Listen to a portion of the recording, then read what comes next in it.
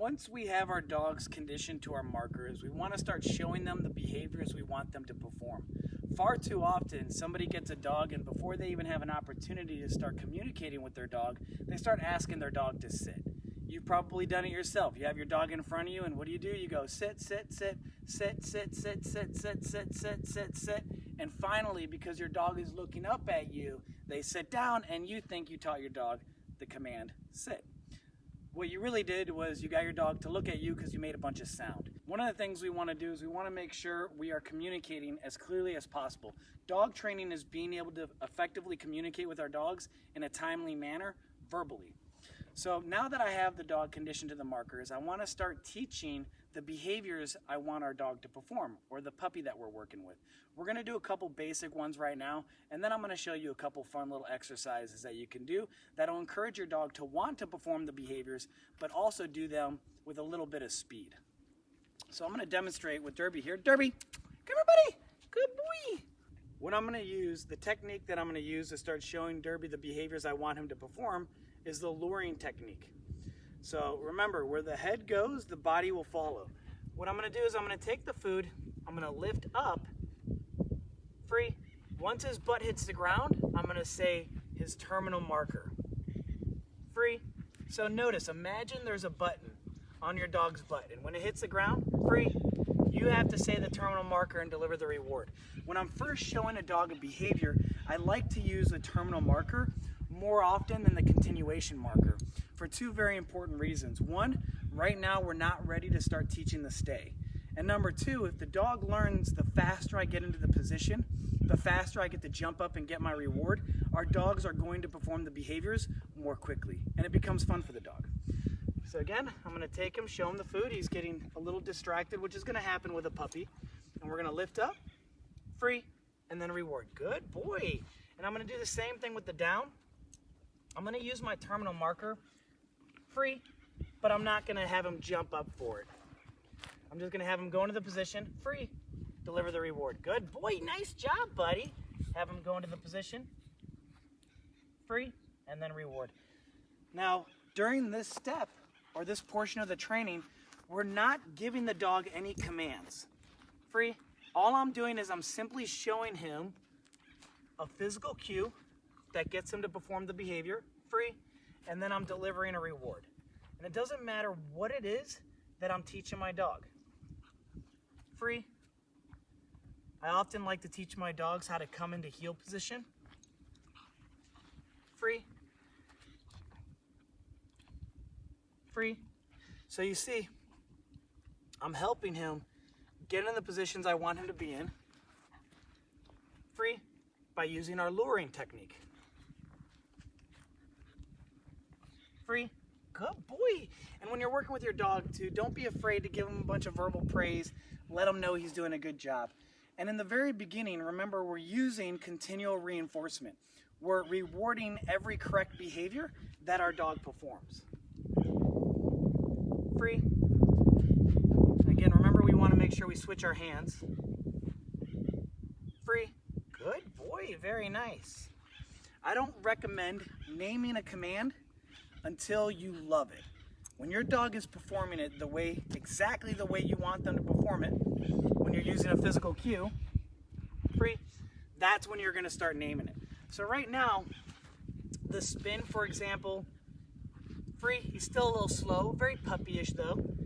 Same thing with the down, he kind of free, it's getting better. Free, the sit still takes him a second.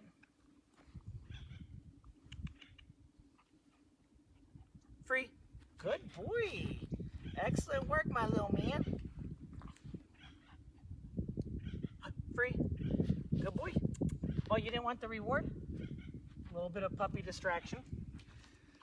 I'm going to go over in more detail exactly how to teach each behavior, but the key point of this particular video is noting that when you're teaching your dog a behavior for the first time, it doesn't matter what it is. Whatever behavior you're trying to teach your dog, you want to first give them some sort of physical cue. So let's say, for example, I wanted to teach a dog to ring a bell in order to go outside. Well, I have to be able to get the dog to do that behavior. Now, there are certain techniques such as free shaping and fixed shaping, which we're going to talk about later in the series. But if I'm trying to present a physical cue, I have to think of what do I need to do to get my dog or my puppy to ring that bell. And I'm going to give you the answer. They're hollow. So the bells that are on the reception's desks at a hotel, the ones that you ring, if we take food and we put it underneath that bell and we set that down, our dog's going to paw at it. Once they ring the bell, we lift it up and we let them get the reward. This is going to teach the dog the behavior we want them to perform while showing them a physical cue. Quick recap, we want to make sure that we have a physical cue that'll get our dog to do the behavior the exact way we want them to perform it every single time. And we want to use our terminal marker more often than our continuation marker during this step, since we're not working on our stay yet, and we want our dogs to learn the faster we perform the behavior, the faster we get to jump up and get our reward, which will speed up those commands. Power steering is going to be a technique that we're going to use throughout the training. When we have our food cupped in our hand, just when we start to turn our hand, the dog will start to pivot if we teach them this concept. The way that I like to teach this at first is I'll get the dog or the young puppy directly in front of me. I'm going to hold the food in my hand and I'm going to start to pivot my body. And I want my dog's back end to shift over to the side. The moment my dog shifts over to the side, I'm going to say yes and give him a piece of food, and I'm going to continue to turn. And I want to be able to pivot in place while my dog circles around, really kind of developing that rear end awareness and getting them to go into these positions. This is going to help because then I'm going to be able to use this power steering to guide my dog into heel, to guide my dog into the center position, to guide my dog into all the different positions that I want them to be in. It's easy to teach, super important, and it's going to play a big role in our training throughout this entire series. Let me show you how to teach this. We want to start developing our power steering. So what I'm going to do, and my puppy's starting to get a little tired, but that's okay, we can still work with it. First, go back into just the luring, get him to follow the food, and getting his head to turn back and forth to his left side as well as to his right side. All right, once we have that, what we're gonna do is we're gonna grab the food and we're gonna cup it in both our hands, and all I'm gonna do is place it up against my leg and I'm gonna pivot around. Yes, and when he steps in the direction that I want him to go, yes, I'm gonna mark and reward. And I'm gonna go back the other way. Yes, good. So you see, by turning, it makes it easier for him to pivot around his back end in order to get access to the food. And this is all I'm really doing. I'm just holding the food and I'm spinning, yes, in a circle to get him to follow the food. And this is gonna help when I start using this to go around the cones, to guide him into different positions. It's just that power steering. Same thing if I have him over into heel position, I'm gonna cut my hand and then I'm gonna pivot around with him right there. And this is gonna help, yes, with our left about turns, our right about turns. And I'm giving him food pretty much the whole time.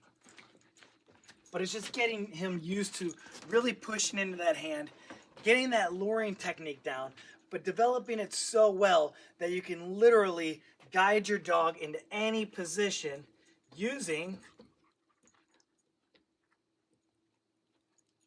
that power steering technique. Power steering with little Charlie here. Remember, we want to guide, first get their head kind of moving back and forth.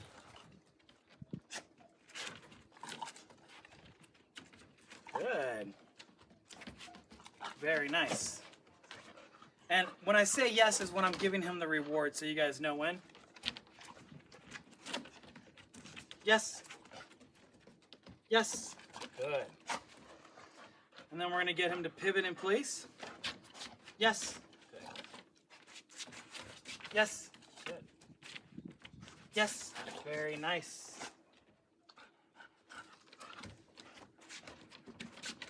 Yes.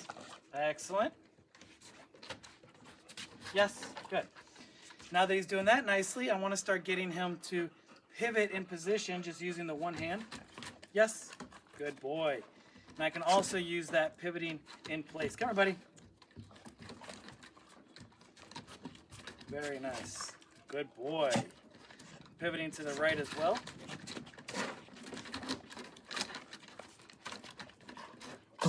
Remember, doing this power steering, is going to help us later with our right about turn, our left about turns, and our flip finish and by finish. Okay, so he did great. That was a nice little session. Free. Free. Free. Free. Free. Free. Free. Free. Free. Very good, my man. Free. Good.